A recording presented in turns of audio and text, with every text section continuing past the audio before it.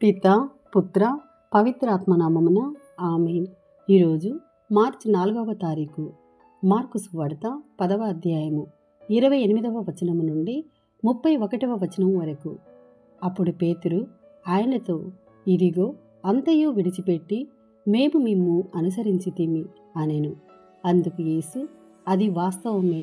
నా కొరకు, నా సందేశము కొరకు ఇంటిని, అన్నదమ్ములను, అక్క చెల్లెండ్రను, తండ్రిని, తల్లిని, బిడ్డలను, భూములను త్యజించువాడు ఈ లోకముననే నూరంతలుగా ప్రతిఫలమును పొందును.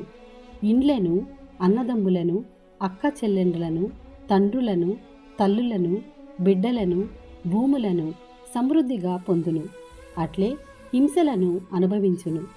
పరలోకములో శాశ్వత జీవమును పొందును.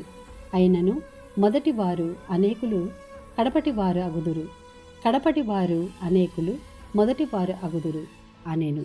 ఇది ప్రభుని వాక్కు. సర్వేశ్వరునికి వందనములు.